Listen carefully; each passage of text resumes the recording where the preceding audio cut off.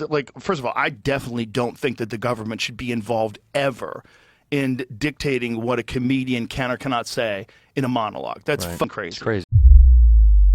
If Kimmel said something that was bad, there was a process to go after somebody if they said something bad. So I'm not from the school if they should have let him go, but that's not my decision. That was ABC's decision to let him go. After pushback from not only people on the left, but also people on the right over Jimmy Kimmel firing from ABC, a lot of the MAGA media started denying that Trump had anything to do with it. In fact, they were saying that the reason Jimmy Kimmel was taken off air was because of his ratings, which is completely BS. Even though Trump was bragging about it after the fact, and his EFCC chair had threatened ABC, owned by Disney, just hours before Jimmy Kimmel was fired. Now, here's a clip of a Trump stooge on CNN repeating the same cover story for Trump. Leaving out an essential detail. Yeah. You have a high-profile Trump official who goes on a podcast, very prominent podcast, and insists, among other things, we can do this the easy way or the hard way. At that point, this is called jawboning. That's the technical term for it. They're doing absolutely everything they can to not only intimidate them, but every other broadcaster. And the president is sending a very clear message from Air Force One. If you're giving me negative coverage, which apparently includes comedians doing monologues, we may come after you. That is completely un-American. I'm glad that Ted Cruz is saying the right thing, and Ted Cruz being someone who I think is probably has a finger in the wind and sees the current shifting here and is saying it's probably a good place to break ranks with the president. It wasn't only Ted Cruz. Disney tested the wind too. Disney, the parent company of ABC, learned the hard way when their stock lost over $4 billion in value and subscribers were fleeing their Disney Plus accounts. Disney quickly tried to plug the leak by bringing Jimmy Kimmel back. Even Joe Rogan, the biggest podcaster in America and a key figure in Trump's 2024 election win, had something to say about Trump administration coming after comedians. Like this whole Jimmy Kimmel situation that is happening right now. Yeah, wild. Very wild. Like, first of all, I definitely don't think that the government should be involved ever in dictating what a comedian can or cannot say in a monologue. That's fucking crazy. It's crazy. Now, if the problem is the companies, if they're being pressured by the government, so if that's real, and if people on the right are like, yeah, go get them, oh my God, you're crazy. You're crazy for supporting this. This is where you see how short-sighted the right can be. It's not a surprise that Trump himself called them poorly educated. They don't seem to realize that there will be another election and the next president could possibly be a Democrat. When that happened, the same expanded powers Trump is handing to the presidency will be used against them. Instead of limiting federal overreach like traditional conservative would, they are making Trump as powerful as possible, acting like he's going to be president for life, forgetting that he's 80 years old. What do you think a President AOC or a President Ilhan Omar would do with that power? Because this will be used on you. You don't think that the fucking globalist lizard people who run the world are sitting here going, great, what do we got, 3 years? We'll wait this out. We'll wait this out. Yeah. Let them say the government should be involved in censoring people's speech. Yeah. Let them support that. Let these fucking dumbasses, because Jimmy Kimmel's a leftist, let these dumbasses think it's a good idea and we should celebrate. That's the most toxic shit I keep seeing online when people are like, yeah, shut him down. Now, this goes into a lot just to jump back, what you said. All of this just shows that Trump is an insecure, spiteful man looking for retribution. 10 or even 15 years from now, he wouldn't even be in the scene. Instead of weakening federal institutions that might turn against the right, he's strengthening them.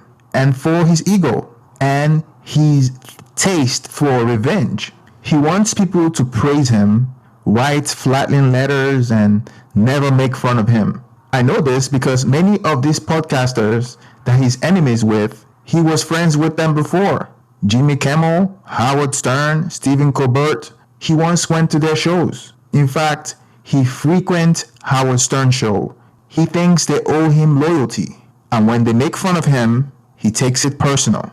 Remember, the whole reason he wanted to run for president in the first place was because Barack Obama roasted him at the White House correspondent dinner. The Jimmy Kimmel thing is, unfortunately, I think what he was trying to do was just set up a joke. He was trying to knock on the MAGA people, but also set up a joke, which was good. It was very funny. Like where he showed the president's response to Charlie Kirk. Yeah, like, the new ballroom they're building. And he said like the fourth stage of grief is construction. It's a fantastic joke. He also said that's not how a grown adult reacts to the death of his friend. It's like a 4-year-old mourns the loss of a goldfish. Yeah, very funny. It's a great. Now that Jimmy Kimmel is back, he's going to be even more famous than before. Joe Rogan actually predicted this correctly.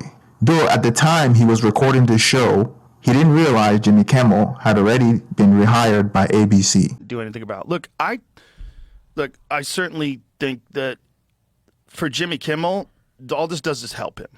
Yeah, it makes his show bigger, much more support. I'm sure there's a lot of hate as well, which is not fun. But at the end of the day, if the show comes back, which this is my suspicion. My suspicion is they suspend it for a short amount of time, and then they bring it back, and then there's a lot of lawyers going back and forth in meetings and rooms, and somehow or another it gets worked out that he has a show. He comes back to a standing ovation. Donald Trump tweets mean shit about him, and then the world moves on. There's a reason the office of the presidency is a powerful post. And like Spider-Man's uncle says, with great power comes great responsibility.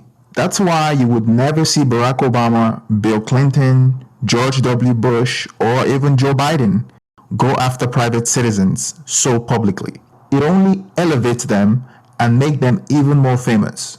I'm sure Trump knows this, but he can't help himself. He repeatedly attacks his critics, and what that does is give the critics a bigger platform and a bigger microphone.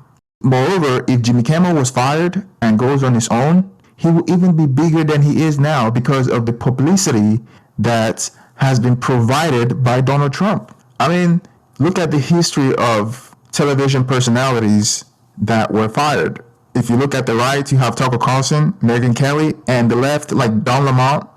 These people are even bigger in the independent media space, and there's no control over them. So now they can say whatever they want. Even that's how Joe Rogan became the force that he is today. Show still sucks. It still sucks. I think that is also fucking insane. I don't have time to do that. How do you have time to do that? How do you have time while you're running the world to be tweeting that you don't like talk show hosts? Yeah. That is so crazy. And let's not kid ourselves. The real president of the United States is Stephen Miller and Benjamin Netanyahu. Benjamin Netanyahu is the current president of Israel. Stephen Miller is the hand behind a lot of Trump's most controversial moves. He's like Steve Bannon 2.0. He's a skilled communicator who takes inspiration from Joseph Goebbels, a Nazi propagandist. And you can hear that by a lot of rhetoric that Stephen Miller spews.